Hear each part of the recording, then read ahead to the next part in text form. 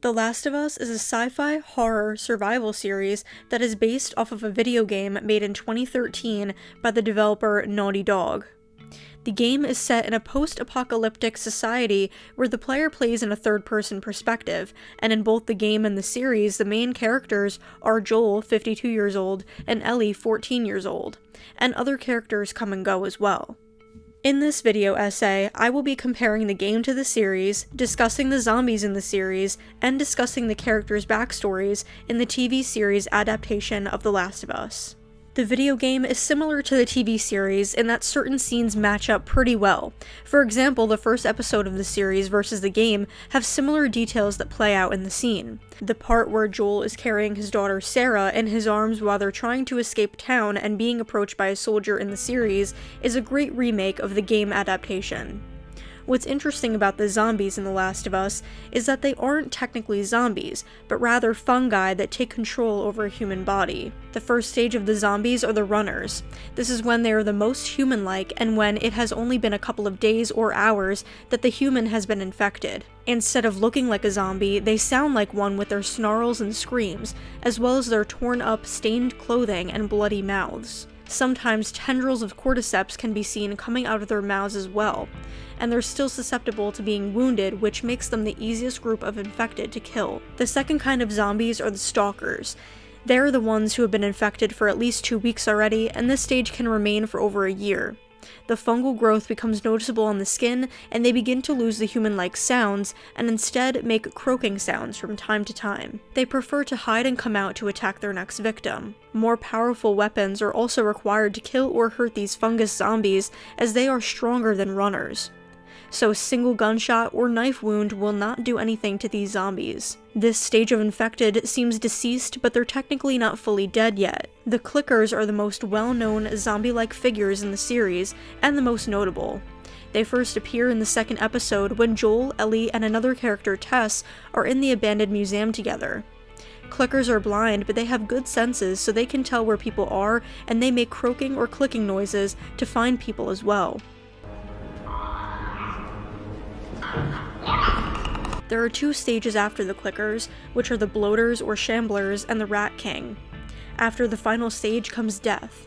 These stages aren't mentioned in the series yet, and that is probably because there is only 1 season out right now, so we won't discuss those further in this video. Getting into Joel's backstory, Joel worked as a contractor with his brother Tommy and had a pickup truck and a daughter Sarah. Sarah was Joel's 12-year-old daughter who died early on in the series as she was shot by a soldier while she and her father were trying to escape from him and the town because the town was on fire, as I briefly mentioned earlier. Joel would have died with her, but Tommy shot the soldier before Joel could get shot.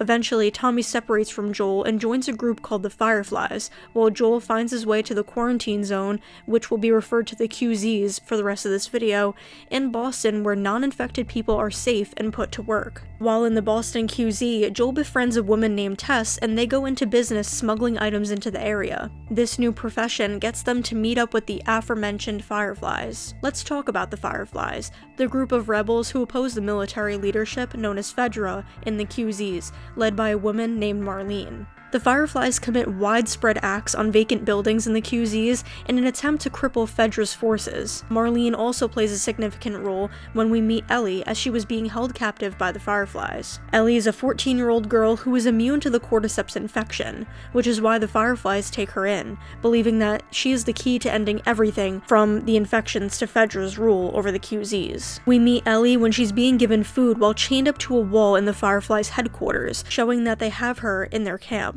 Later on, when Joel and Tess are trying to track down Robert, they break into where the Fireflies are and meet Ellie as she sneak attacks them. Joel quickly counters it, making Ellie drop her precious knife, which is where they meet up with Marlene. After intense negotiations, Marlene convinces Joel and Tess to take Ellie to the Capitol building, where another group of Fireflies would be in exchange for the guns that were stolen from them.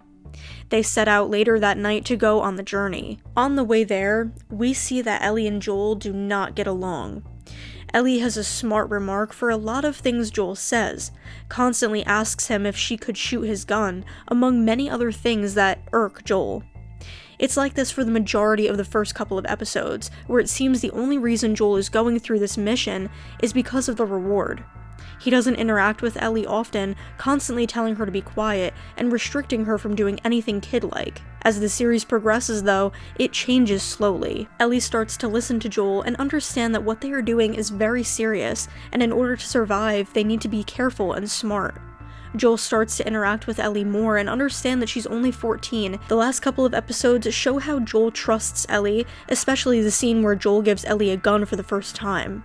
The evolution of Joel and Ellie's relationship, going from forced and distant to Joel viewing Ellie as a second daughter, is vital to the story of The Last of Us. Going back to the zombies, they play an important role in not only serving as the figure that makes someone infected and turn into one of them, but they also serve as a figure who, because of their way of infecting people, frightens and concerns them. The zombies make Ellie and Joel become more defensive and more like survivalists, as they have to fight them off and hide from them in various ways and places. Overall, The Last of Us captures the importance of relationships, protection, survival in times of hardship, and how this version of a zombie can impact humanity. I believe this series is very unique from other zombie or horror series for those reasons, and after watching it twice all the way through, I'd recommend anyone to give it a watch.